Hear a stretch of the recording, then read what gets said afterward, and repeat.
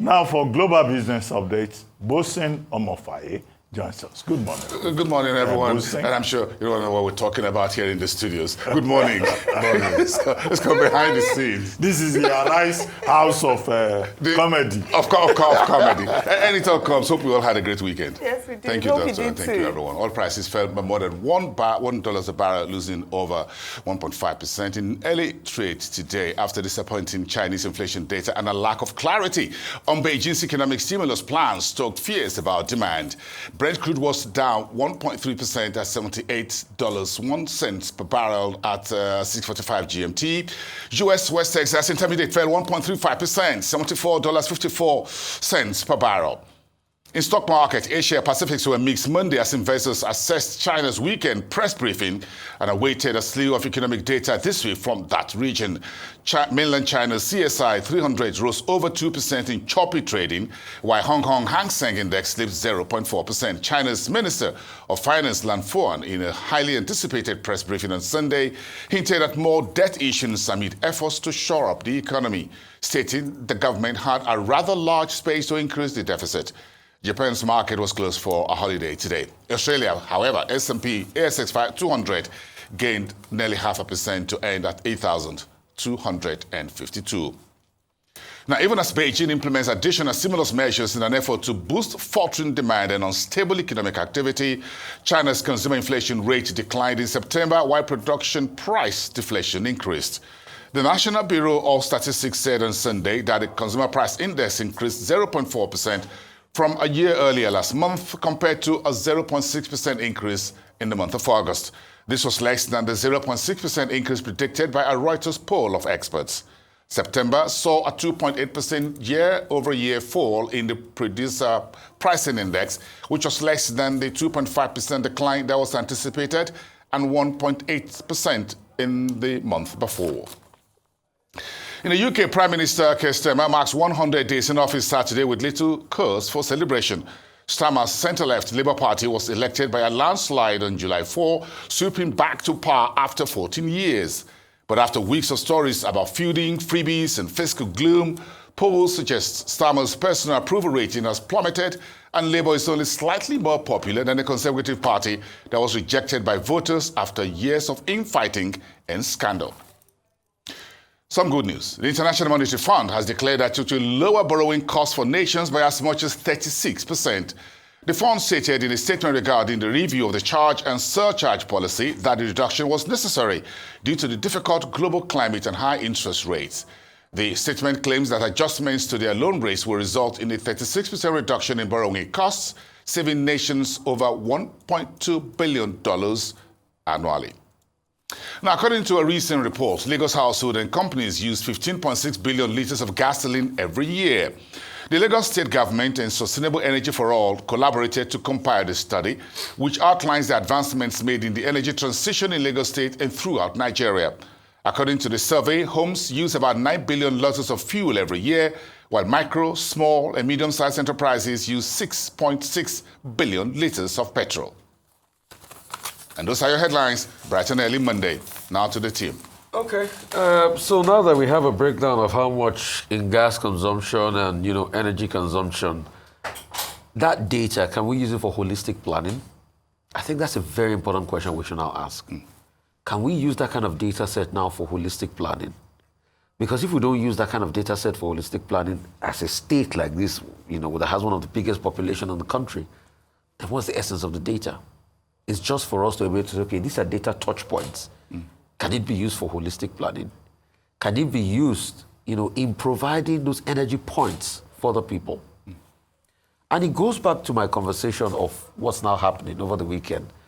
That NNPC has said, okay, you can go get your products from Dangote.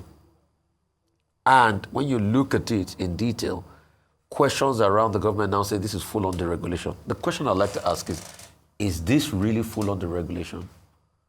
Hope no costs are maxed anywhere. Because we've seen this game being played before. Now, we are being told, okay, it's the Pratt modeling system, and all of that have been used to calculate and all of that. NNPC bumped up price to 1,010. The oil marketers over the weekend was saying, no, they were buying for the less 800 naira threshold because some of the subsidized fuel they were still buying, they were still lifting from there. We just hope that this is going to be the eternal benchmark. Because with this costing, anyway, people have argued and said, Rufai, no, you can't use African countries as a benchmark. With this costing, we're buying at 62 cents per liter. And when you take a cursory look at all the African countries, not too many African countries sell at 62 cents per liter. Not too many African countries. Save for the likes of Libya that you know is heavily subsidized and a couple of other countries. Yes. The threshold rate is over $1 at the pump. But some people will make the argument and say, are those other countries oil producing like us? Togo, for instance, probably get their oil from different sources, but they have a refinery that's thrown out over 1 billion. We just hope that this is the whole cost and nothing but the cost. Because even when we have forex variation, we're able to account for it. So these are the detailed questions we need to ask. Because Mr. Wale Adu released a circular on Friday that we read here as breaking news. Yes. Just the way forward. And one other thing, please, I want to quickly talk about. A lot of mainstream media should get on this. The budgeting system is a mess in this country. Budgets just released a report of a school somewhere that the budget from over 300 million was padded up to 42 billion. By their cursory look, budget says that over 2 trillion was added in contract inflation and all sorts of contracts to the national budget. So Senator Ningi was right. Without budgeting, you can't have an effective delivery system for the people in Nigeria. We should also look at that matter. Budget is the only one, the lone wolf in the desert, that is screaming about the fraud the 2024 budget has become. To top it all, they might still be having supplementary budgets. In fact, the fraud this budget is. I guess we've seen that process before, that cycle, the budget padding. Oh, this one is a... Yes. It's a, because I thought at the point they said we're going to go for envelope budgeting or zero budgeting, whatever fraud that was. All right, okay. So very quickly, this figure from Lagos State is great on many fronts. Beyond being able to understand just how much fuel is consumed, that's the 15.6 billion liters of fuel annually. It also shows just how dependent Lagosians are on fuel, and hence why conversations around prices are critical, not just to individuals but businesses, and how much of an effect they could have on the economy of the state. So if we're using this amount of money, of fuel, a lot of things I'm thinking about is, number one, why can't we fix the power issues? Because a lot of these things are coming from being used as substitution for power generation. For base load energy.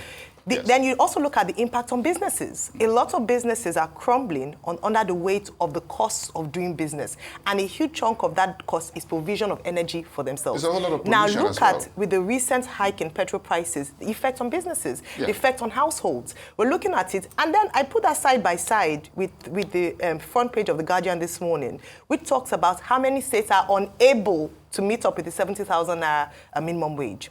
And how we're not looking deep into this, and where the NLC as an organized body is what they're doing. Because the cost of doing business is going higher, cost of living is going higher without any commensurate increase in the implementation of the wage law that was passed about 2 or 3 months ago. I agree, we're not having an energy conversation. We're just having petrol conversation at the national level. Until we go down to that energy conversation that reduces fuel that takes energy-based load away from petrol as our first source of energy, rather than having electricity, wind, water, hydro, whatever, gas. The cost is too high. Yes, it's too high. Let me start with China, because you mentioned China. Yes. The CSI 300 in mainland China is down by about 1.8%.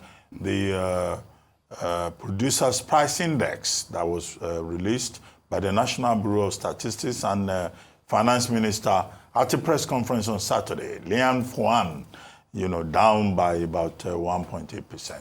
What is the implication of this? The fact that deflationary measures, the deflationary pressure is very high on China.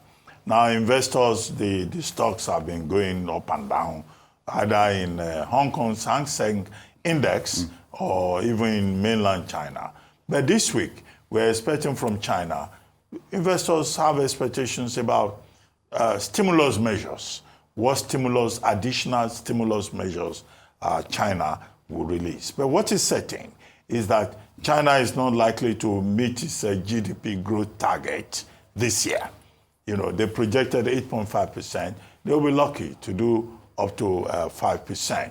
We're expecting this week from China unemployment rates, retail sales, you know, another economic data figures. GDP for the third quarter. So that will be major news this week in terms of investment and addressing the deflationary pressure in China.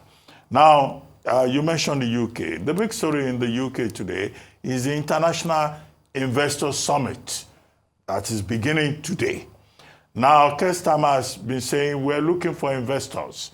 You know, come to Britain. This is the right time to invest in Britain. The selfish reason is that Keir Starmer's administration is trying to jumpstart growth in the UK. But there are issues that others have pointed out. What are these issues? One, by the end of this month, Rachel Reeves, the Chancellor, is going to announce additional taxation, particularly in capital gains tax, and also in national insurance contributions by the companies. Would this help Britain? That remains to be seen. And Elon Musk was not invited to that investment summit. It was declared persona non grata. One of the reasons he has been abusing Britain. I don't think they need Elon Musk in Britain. Maybe President Tinubu should have stayed back in Britain if he got an invitation to attend this international investment summit to see the opportunities available for Nigeria. But we hear that it's now in France. And Mr. Ononuga tells us that our president can be anywhere in the world and he will rule from there. JP Morgan, the experts at JP Morgan, they have said the U.S. is close to its 2%, inflation rate, and that we should expect more rate cuts. They are relying on the last September reading of CPI and of PPI, Petrol Producers Price Index. Finally, Boeing is cutting 10% of its workforce. It is also saying that shareholders may have to lose money, in the next report that they give because, production has gone down. They are even cutting down on production of 776, right? XSS, While Airbus is making more deliveries. Yeah, so in other words, the strike by the mechanics, 30,000 of them and more, is cutting into operations at Boeing. And Stolberg, the new man that was brought in to rescue the situation, says, well, Boeing is in a very difficult situation. And truly so, I guess. Thank you very much. Yes, they are. Thank you. Very, very tough situation. Thank you both.